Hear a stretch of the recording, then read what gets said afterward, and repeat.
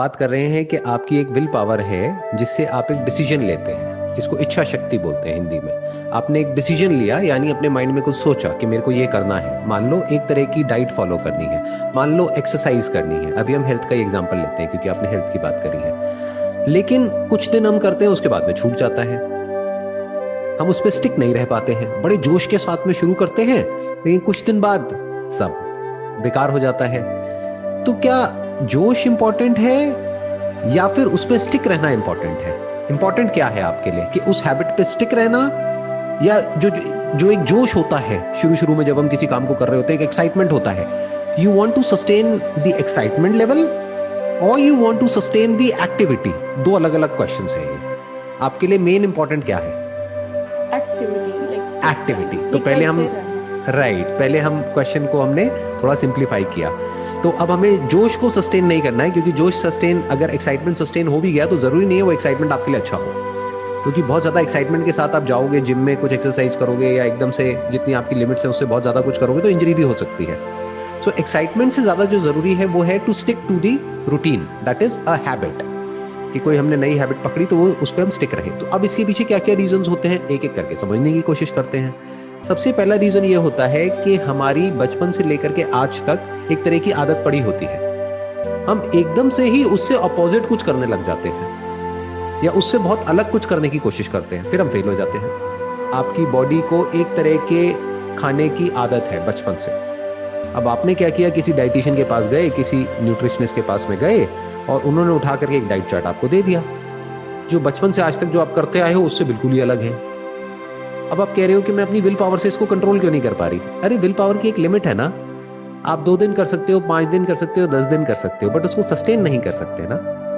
अगर will power की limit को आपको चेक करना है तो मैं अभी with in a few seconds आपको दिखा सकता हूँ आपकी विल पावर की क्या लिमिट है, या किसी की भी विल पावर की क्या लिमिट है।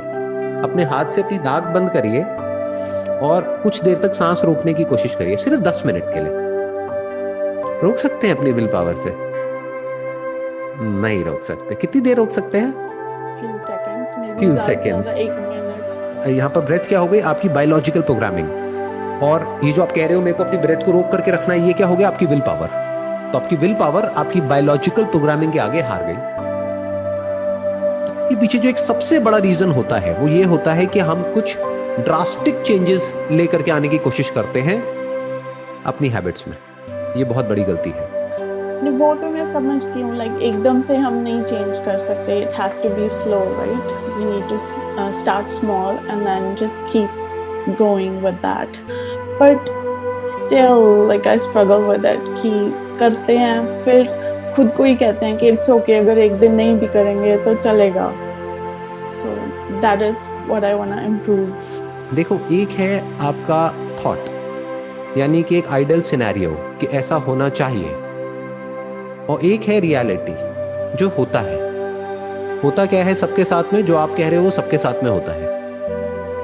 2 दिन कुछ करते हैं, फिर तीसरे दिन वो छूट जाता है। तो अगर हम इस पूरे फंडे को अच्छे से समझ पाए और ब्रेक डाउन करके प्रॉपर्ली देख पाए कि ऐसा क्यों होता है, तो हम इसके सॉल्यूशन तक पहुंच सकते हैं। हमारा गोल क्या है कि हम उसको सस्टेन कर पाए। तो अब कैसे करें? बड़ा सिंपल है।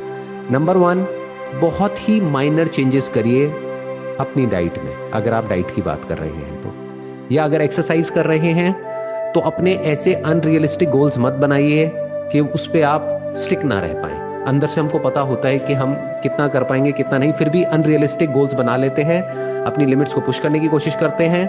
1-2 दिन ज्यादा पुश कर लेते हैं, फिर पेन होता है, फिर हम एक्सरसाइज करना ही छोड़ देते हैं। तो गोल क्या बनाइए कि डेली मुझे एक्सरसाइज करनी है। अब कितनी देर करनी है वो कोई गोल मत बनाइए। That could be 2 minutes, minimum of 2 minutes, maximum could be 1 hour. तो 2 मिनट तो कर लेंगे ना? 2 मिनट तो हो सकता है ना? तो अगर 2 मिनट तक आप अगले 1 साल तक एक्सरसाइज कर लेते हैं, तो क्या आपको लगता है कि वो 2 मिनट तक ही रहेगा या धीरे धीरे अपने आप बढ़ने लग जाएगा? रूटीन बन गया ना, हैबिट बदल गई ना। ऐसे बदलती है हैबिट्स। फॉर एग्जाम्पल, मेरा अपना जिम का रूटीन क्या होता है कि मुझे डेली जिम जाना है। अभी तो कोविड की वजह से नहीं जा रहा, बट मेरा क्या होता है कि डेली जिम जाना है। अब कितनी देर के लिए जाना है? जितनी देर के लिए मन कर रहा है। May be just for 10 minutes.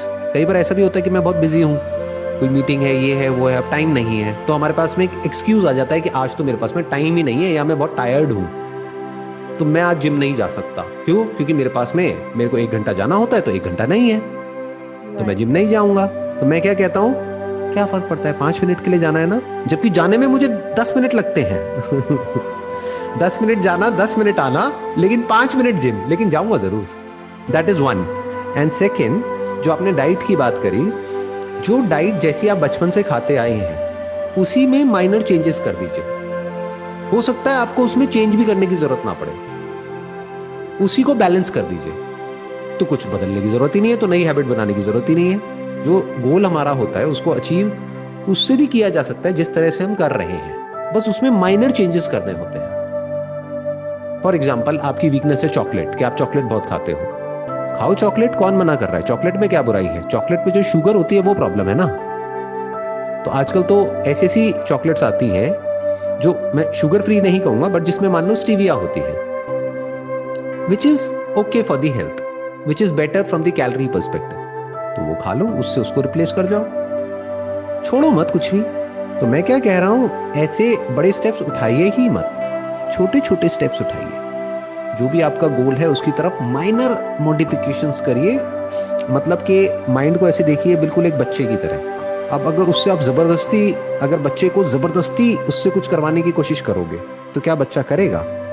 बच्चा तो वही करेगा ना जो उसको करना है। तो बच्चे को अगर बड़े प्यार से बहला फुसला करके समझाओगे कि देख बच्चे, ये करने से ये बड़ा बेनिफिट होने वाला है, लेकिन करना कुछ भी नहीं है।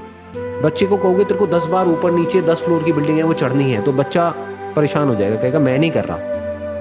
बट बच्चे को कहोगे बच्चे देख तेरे को 1 फ्लोर ऊपर चढ़ना है, ये करके लेकर के आना है, और बदले में तुझे ये मिल जाएगा, तो बच्चा कहेगा ठीक है कर लेता हूं। माइंड, पहले आपको ये समझना है, एक फैक्ट को एक्सेप्ट कर लेना है कि आपका जो माइंड है, माइंड मतलब क्या, आपका जो सबकॉन्शियस है, या जो भी आपकी बायोलॉजी है, या जो आपकी हैबिट्स है, वो आपकी विल पावर से ज्यादा पावरफुल है। पहले तो इस फैक्ट को एक्सेप्ट कर लेना है। फिर क्या करना है, जब हमको ये पहली बात समझ आ जाती है, अगर ये समझ ही नहीं आई तो ये लड़ाई चलती ही रहेगी मरते दम तक। अगर ये बात समझ आ गई है तो अब हम विल पावर को ओवर एस्टिमेट नहीं करेंगे और अपनी बायोलॉजी को अंडर एस्टिमेट नहीं करेंगे, राइट। तो अब हम माइनर चेंजेस करेंगे, माइनर ट्वीकिंग करेंगे, और बड़े स्मार्टली अपने सबकॉन्शियस को चेंज करेंगे, अपनी हैबिट्स को चेंज करेंगे, अपनी लाइफ को चेंज करेंगे। बहुत हल्के हल्के एक्शंस लेंगे, मतलब सबकॉन्शियस को पता भी नहीं लगेगा वो कब बदल गया।